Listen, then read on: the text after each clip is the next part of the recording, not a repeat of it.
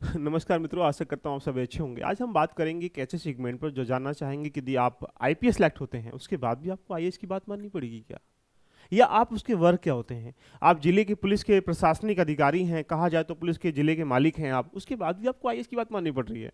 क्या अंतर होता है आईएएस आईपीएस में? एसपी क्या होता है, एसएसपी क्या होता है, एएसपी क्या होता है, डीआईजी क्या होता है, आईजी क्या होता है, एडीजीपी डीजीपी क्या होता है? ये बड़ा गंभीर विषय बन जाता है कि यदि आप अपने जिले के पुलिस के मालिक हैं उसके बाद भी आपको आईएएस की बात माननी पड़ रही है, तो यहाँ एक गंभीर विषय बन जाता है कि यदि एक दो नंबर कम आने की वजह से आपको वहाँ आईएएस नहीं मिल पाया, या ऐसे कौन से सेगमेंट है कि जो वर्दी की दाग है, वो जो चमक है, वो जो पहन के निकलती है वहाँ से तरंगे, वो समाज में क्या विस्तारण करती हैं। तो ऐसी प्रणाली के बारे में जानेंगे। कमिश्नर प्रणाली क्या होती है, यूपी के अंतर्गत कितने स्टेट्स में, डिस्ट्रिक्ट में लगा हुआ है, किन किन स्टेट में लगा हुआ है, जानेंगे इसका बैकग्राउंड क्या है, क्या इसका स्ट्रक्चर होता है, लगाने की वजह क्या थी, कैसे निकल गया, इसके बारे में हम लोग मिनिमम टाइम में हम लोग चीज़ों को कैप्चर करेंगे।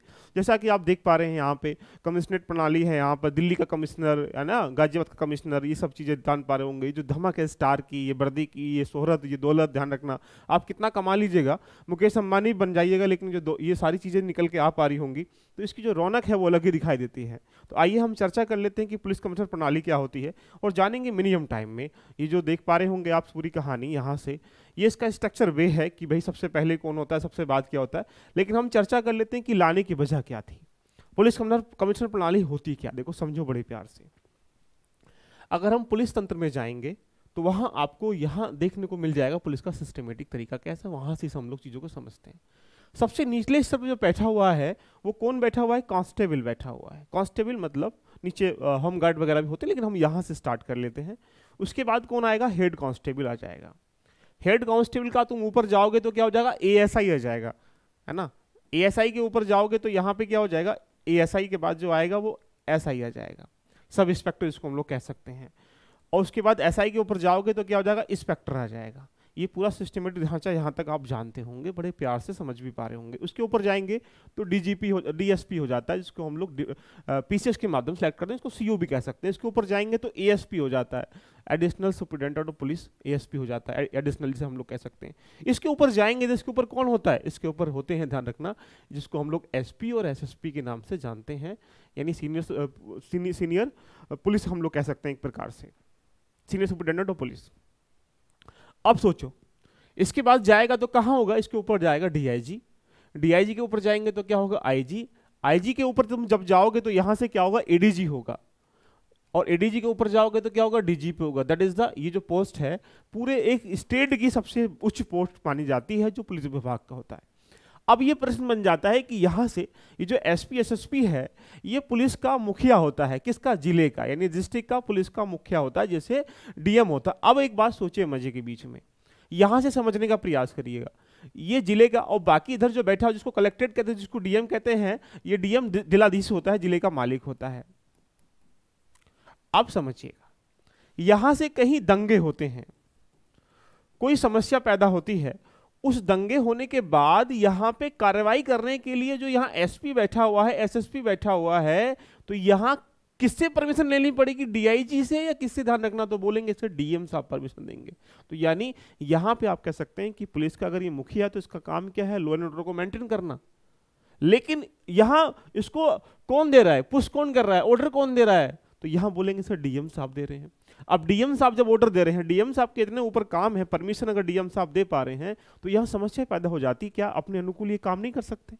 तो जब डीएम साहब यहाँ दंगे हो रहे हैं, ऑर्डर दे रहे हैं कि ये काम करिएगा, तो यहाँ एसएसपी साहब अपने पूरे डिपार्टमेंट के माध्यम से उन सिचुएशन से निकलने का या उसको डील करने का प्रयास करने, कैसे टैकल करना है। तो आपके दिमाग में एक वर्ड जा रहा होगा कि यहाँ पे डबल कंट्रोल सिस्टमेटिक हमारे इंडिया में है।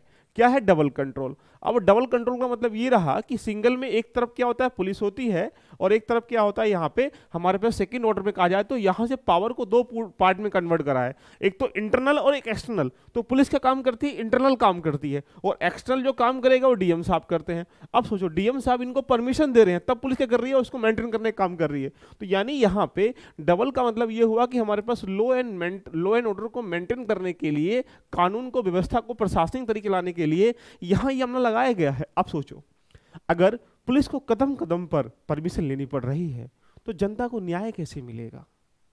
जनता दंगे हो रहे हैं, परमिशन आई ही नहीं, ध्यान रखना, तो वो कैसे सॉर्ट आउट कर पाएंगे समस्या का।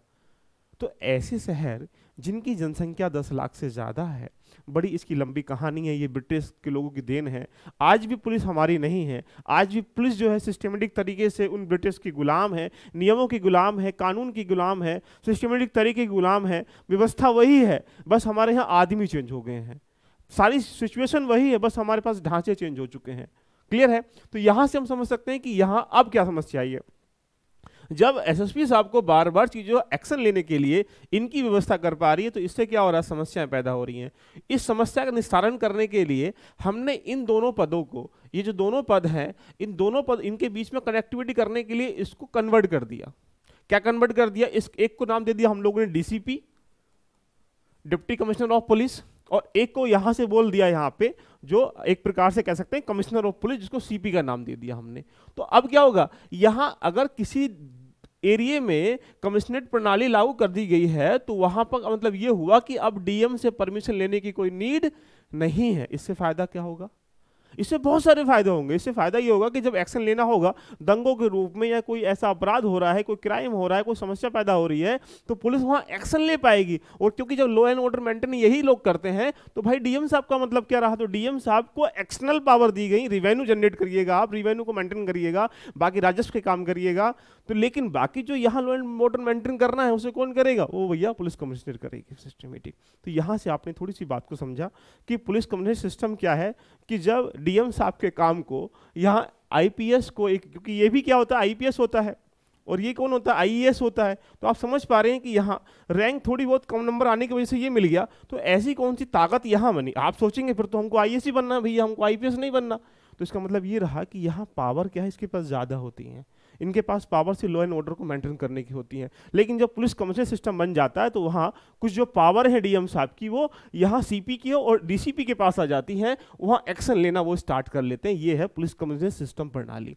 अब बात करते हैं इसके हिस्टोरिकल बैकग्राउंड के बारे में, कि क्या इसका हिस्टोरिकल बैकग्राउंड है, इसके बारे में जानने का प्रयास कर लेते हैं, आपको मजा आ जाएगा। ये जो पद का सृजन हुआ है हमारे देश में आज तक जितने भी, वो ब्रिटिश लोगों की देन है। हम लोग सिर्फ क्या करते हैं, हाय हल्ला मुंह जवानी, धार्मिक चीज़ों पे बात कर लेते हैं, इधर उधर से बातें इकट्ठा कर लेते हैं, इनोवेशंस, टेक्नोलॉजी, इन सब पे काम करना हमारा दायित्व नहीं बनता है। हम ये भी नहीं चाहते कि प्रशासन को कैसे बेहतर किया जाए, हम ये भी नहीं चाहते कि समाज को बेहतर कैसे किया जाए। बस हमसे जवान लड़ा लीजिएगा, सारे काम हम लोग कर लेंगे, जवान में हम पाकिस्तानी पूरे वर्ल्ड से जीत जाएंगे, राइट। तो यहाँ से हम समझ लेते हैं कि हमारे यहाँ हैदराबाद के निज़ाम ने इस पद का सृजन किया।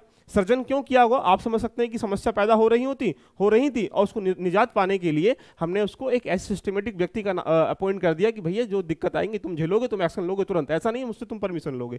इसको स्टडी किया। लेकिन ब्रिटिश सरकार ने जब यहाँ अपने चीज़ों को इंप्लीमेंट किया, चाहे लॉ को इंप्लीमेंट किया, चाहे अपने सिस्टमेटिक ढांचे को इंप्लीमेंट किया, उसमें चीज़ों को मैनेज करने के लिए यहाँ 1856 के अंतर्गत कोलकाता में, चेन्नई में स्थापना कर डाली, और 1864 में मुंबई स्थापना कर पाली। क्योंकि आज भी हमारे पास जो 1861 का आईपीसी चलता है, वो पुलिस सिस्टम इसी के माध्यम से चलती है। और 2006 में सुप्रीम कोर्ट ने भी आदेश दिया कि पुलिस का एक परीक्षण कीजिएगा। पुलिस का एक परीक्षण करने का मतलब ये हुआ कि आप जांच पड़ताल कीजिएगा पुलिस का काम क्या है, उन काम के प्रति वो सहज है या नहीं है, जहां जहां रिक्वायरमेंट है पुलिस वहां पहुंच पाती है नहीं पाती है, समाज में व्यवस्था बेहतर कर पा रही है नहीं कर पा रही है, हर व्यक्ति अपनी समस्या को लेकर यहां तक आ पा रहा है नहीं आ पा रहा है। इसके सुप्रीम कोर्ट ने भी आदेश दिया। और यहाँ इससे पहले राष्ट्रीय पुलिस आयोग जो था 1993 में, इसने भी 83 में इसने भी कहा कि छठी रिपोर्ट में अपने की एक ऐसी व्यवस्था लागू किया है जहां से डीएम साहब के कार्य को कुछ यहां ट्रांसफर कर दिया, जिससे कि बात बन जाए। जैसे एग्जांपल समझे, ए है और यहां बी है। अब सोच लिए ए अपने घर पर नहीं है और बी है यहाँ पर, कोई सामान लेने के लिए कोई आता है, तो क्या इसको इतना अधिकार तो होना ही चाहिए कि भैया वो कम से कम दे सके या ले सके। कहीं ऐसा तो नहीं है बार बार पूछना पड़ रहा है भैया ये चीज कहाँ रखी हुई है, इसको देना है लेना आया है। इसका मतलब क्या रहा, उसमें डिले हो रहा है काम में। डिले मतलब जब अपराध बढ़ रहा है और डिले हो रहा है डिसीजन में, तो समस्याएं पैदा हो जाएंगी। इस डिले को कम करने के लिए यहाँ पे राष्ट्रीय पुलिस आयोग ने कई बार रिपोर्ट पेश करी। छोटी रिपोर्ट में इसमें कहा है कि पुलिस की पावर को थोड़ा सा बढ़ाने का प्रयास करें। तो जब बढ़ाने का प्रयास करा तो ये तो है नहीं कि पूरे इंडिया में एक साथ बढ़ा देंगे, तो आराम आराम से जहाँ जहाँ समस्याएं पैदा हो रही हैं, जहाँ अपराध लगातार नहीं रुक पा रहे हैं, वहाँ पर डीएम साहब के काम को लेकर किसको दे दिया गया, सीपी को, कमिश्नर ऑफ पुलिस को दे दिया गया। इसको कमिश्नरेट प्रणाली कहते हैं। क्लियर है यहाँ तक? अब बात कर लेते हैं कि यहाँ से थोड़ी सी इसके क्या बेनिफिट्स निकल के आएंगे, क्या होगा, क्या क्या अधिकार उसको मिलेंगे पुलिस कमिश्नर को। तो आप देख लीजिएगा, बहुत मजा आपको आ जाएगा। जैसे पहला अधिकार क्या है, पुलिस कर्मियों का तबादला का अधिकार, देखिए नहीं था, दे दिया, ठीक है, जहां चाहे वहां करो, कोई दिक्कत नहीं है, ताकत है उसके अंदर। उसके बाद लाठी चार्ज या फायरिंग का आदेश देने का अधिकार पहले नहीं था, उसको दे दिया, भैया जो तुम्हारा मन कर रहा है करिए, लॉ एंड ऑर्डर को मेंटेन करिए, कोई दिक्कत ना हो बस। उसके बाद यहाँ से कानून व्यवस्था को समझ अधिकार दे दिए गए हैं। शस्त्र लाइसेंस पहले डीएम साहब करते थे, अगर कमिश्नर प्रणाली अगर वहाँ है तो वहाँ कौन करेगा, वहाँ पे सीपी करेगा, कमिश्नर ऑफ पुलिस करेगा। और यहाँ बाय लाइसेंस जो है पहले डीएम साहब करेंगे वहाँ पे, लेकिन कमिश्नर प्रणाली है तो यहाँ कौन करेंगे, ये करेंगे। होटलों का लाइसेंस ये जारी करेंगे। धरना प्रदर्शन की जो इजाजत देने का अधिकार डीएम साहब के पास होता है, लेकिन अगर कमिश्नर प्रणाली है तो वहाँ ये लोग देंगे। उसके लाठी चार्ज करने का अधिकार, फैसला करने का, करना नहीं करना, ये सारी इनके पास है। पुलिस बल की संख्या तय करना कि कितना होगा कितना नहीं होगा, ये इनके पास है। और भूमि संबंधी जो विवाद हैं आपस में, उनका निस्तारण भी इनके माध्यम से होता है। तो यानी ऐसा करने से डीएम साहब के पास इतने जो कार्य थे उनको पुलिस कमिश्नरेट के पास दे दिया गया। तो इससे क्या होगा, इससे फायदा होगा। क्या फायदा होंगे इसको भी जानने का प्रयास करें। क्या रिक्वायरमेंट थी इसके बारे में हम लोग जानेंगे कि क्या इसके बेनिफिट्स निकल के आएंगे। आप देखिएगा तेजी से जो शहरीकरण हो रहा है इंडिया में, भारत एक ऐसा मुल्क है लगातार गांव से शहर की तरफ कन्वर्ट हो रहे हैं। क्यों कन्वर्ट हो रहे हैं, इसकी कई सारी वजह है कि सुविधाओं के जो अभाव में ग्रामीण में परंपराएं नहीं हो पा रही हैं पूरी, यानी इनकी एजुकेशन नहीं हो पाती है, हेल्थ अच्छा नहीं हो पाता है, और भी बहुत सारे विवाद हैं, पारिवारिक विवाद भी लगातार बढ़ते चले जा रहे हैं इस समय। आज ज्वाइंट फैमिली में तो वो अलग होने का प्रयास कर लेते हैं पहले ही। तो यहाँ लगातार शहर क्या हो, तेजी से शहरीकरण हो रहे हैं। अब जब शहर लगातार बढ़ेंगे तो यहाँ बढ़ने से समस्याएं तो पैदा लगातार होंगी। उसको निजात पाने के लिए यहाँ पे बड़े बड़े जो मेट्रोपॉलिटन सिटीज हैं उनमें हम लोगों ने कमिश्नरेट प्रणाली को स्टार्टिंग करना प्रारंभ कर दिया है। लास्ट में यहाँ से बेटर अकाउंटेबिलिटी, जवाबदेही, मतलब अब सोचो जनता किसको चुनती है, सरकार को। सरकार ही सरकार प्रशासन चलाने में, शासन चलाने में ठीक से काम नहीं करेगी तो जनता को क्या जवाब दे पाएगी। तो जनता के जवाबदेही के लिए यहाँ बेटर क्या है, डिसीजन लिया गया कि भैया जवाबदेही देनी है कि शासन। तुमने देखा भी होगा जब यूपी में अपराध हो रहे होते हैं तो सरकार, जनता किससे मांगती है, योगी की सरकार में अपराध बढ़ रहा है, ना कि ये कहती है कि पुलिस की सरकार में अपराध बढ़ रहा है।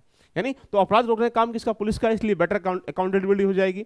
कॉम्प्लेक्स सिक्योरिटी थ्रेट, यानी जो जटिल असुरक्षा का खतरे हैं लगातार बढ़ते चले जाते हैं, उसको कम करने का प्रयास भी कमिश्नर प्रणाली में किया गया है। साथ में तुरंत प्रतिक्रिया, यानी जब अगर कोई न्याय लेके आया है तो वहां फोन नहीं करेंगे वहां पर डीएम साहब को, भैया ऐसे मंगा क्या करना चाहिए।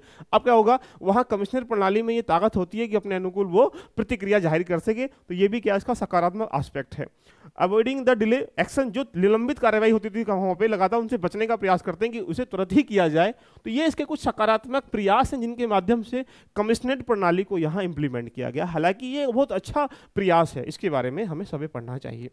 रही बात यहाँ से जो पहले हमारे पास जो धाराएं हैं, जो आईपीसी है, सीआरपीसी है, ये सब बेसिकल बात जाते हैं कि Indian penal code is the law that the state the punishable offence in India along with their punishable with the penalty और बोथ, यानी क्या क्या करना है इसके बारे में 1800 यहाँ पे दे रखा है, 1861 में इसको इंप्लीमेंट किया। ये थोड़ी सी बातें हैं, इसके बारे में कुछ जानने का इतना नीड नहीं है, ये सब लोग जानते हैं। उसके बाद यहाँ से powers of the under police commissionerate के अंदर पावर क्या आएंगी, मैंने बता दिया कि 144 जो धारा है वो यहाँ से आप जान सकते हैं किसके पास होती है, डीएम साहब के पास होती है। अब वो धारा किसके पास चली जाएगी तो बोलेंगे सर ये कमिश्नर के पास चली जाएगी, उसके अनुकूल वो धरना कुछ बंद करेगी, धरना रोके, जो भी करना है उसको यहाँ इसके अनुकूल वो करेगा, राइट। अब बात कर लेते हैं यूपी के सापेक्ष में हम लोग बात करेंगे तो यूपी के पास अभी भी क्या है, 7 डिस्ट्रिक्ट में कमिश्नर प्रणाली क्या हो लागू हो चुकी है। तो 7 जगह कमिश्नर प्रणाली है, वहाँ डीएम की पावर किसके पास है, कमिश्नर ऑफ पुलिस के पास, सीपी के पास है। उसके हेल्प करने के लिए यहाँ पे बाकी ज्वाइंट कमिश्नर लगा दिए जाते हैं। ये सब पढ़ेंगे हम लोग आराम से। तो यानी कभी पूछेगा वनडे एग्जाम में देखा जाए या इवन कहा जाए यूपी पीसीएस में ये पूछ सकता है कि कमिश्नर प्रणाली यूपी में कितने डिस्ट्रिक्ट में लागू है, तो आप साथ में लगाइएगा। बाकी अन्य 16 राज्यों में अभी भी कमिश्नर, चाहे महाराष्ट्र हो चाहे मध्य प्रदेश हो, अन्य राज्यों में भी कमिश्नर प्रणाली लागू हो चुकी है। उसके बाद अगर हम लोग देखें इससे मेंस में क्वेश्चन क्या बन सकता है, यहाँ के बारे में जानने का प्रयास करेंगे। अगर यहाँ देखें मेंस में, देखिए क्या लिखा है, the role of the district magistrate need to be clearly differentiable of the from the role of the police commissioner. देखिएगा, discuss the statement in light of them the need of police reform. क्या ये कह सकते हैं कि police सुधार में ये अच्छा कदम है? बिल्कुल सही बात है। आपके पास ताकत होगी तुम काम कर पाओगे, आपके पास स्रोत होंगे आप काम कर पाओगे, आपके पास संसाधन होंगे तो काम कर पाएंगे, आपके पास दिमाग है, काम करने के लिए ताकत नहीं, रोक दिया गया है। यानी मीन्स ये हुआ आपके पास दिमाग है लेकिन काम करने के बाद रिसोर्स नहीं है, आपके पास जाने के लिए रास्ता पता है आपके पास लेकिन वाहन नहीं, क्या जा पाओगे? तो रिफॉर्म करना क्यों जरूरी है, इसलिए जरूरी इनको ताकत अगर दे दी जाएगी तो अपने अनुकूल वो लॉ एंड ऑर्डर को मेंटेन कर पाएंगे। ये बहुत अच्छा कदम है। इसके पीछे आपको 250 वर्डों में लिखना है, लिख के आप मुझे भेजिए, कमेंट करके भेजिएगा, आपको मजा आ जाएगा। रही बात अगर पुलिस सिस्टमेटिक ढांचे को देखना चाहें तो ये जो वर्दी की ताकत है, ध्यान रखना, ये पैसा कमाने से अगर मिल जाती तो दुनिया वहीं चली जाती।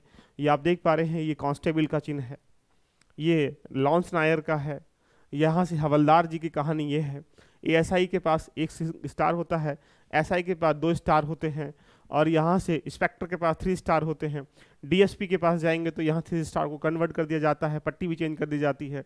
उसके बाद एएसपी के पास जाएंगे तो आईपीएस होता है, तो इसलिए यहाँ 3 स्टार को कहानी हो जाता है। एडिशनल एसपी के पास जाएंगे, एसपी के पास जाएंगे तो अब सिंगल में देखेंगे वही स्तंभ आ जाता है, यहाँ से आईपीएस आता है। एसपी के पास जाएंगे तो स्तंभ के पास यही अशोक का आ जाता है, आईपीएस। यहाँ एसएसपी के पास जाएंगे तो 3 में कन्वर्ट हो जाता है। डीआईजी के पास जाएंगे तो देख लीजिए किस तरह की कहानी है, क्योंकि आप पहचान भी पाओगे चिन्हों से कि आदमी है क्या। कहीं ऐसा तो नहीं कि तुम्हारे पास डीएसपी खड़ा और तुम सोच रहे हो हाँ भी कैसे हालचाल है। ये भी जरूरी है कि कैसे पहचान पाए पुलिस को ढांचे के अंतर्गत। ये डीजीपी, एडीजीपी और एसडीजीपी का होता है, जिसको हम लोग कह सकते हैं कि एक प्रकार से उनको चिन्हित किया गया है शब्दों के रूप में। तो दोस्तों कैसी लगी चर्चा? यदि आप 5-10 मिनट की क्लास में समझ पाए होगे कि कमिश्नरेट प्रणाली क्या होती है, इसका बैकग्राउंड क्या है, इसके लाभ क्या है, क्यों इसकी आवश्यकता पड़ी, कहाँ लागू है, तो कमेंट करके जरूर बताइएगा। मिलते हैं नेक्स्ट सेशन के साथ। All the best, love you all, bye bye, take care.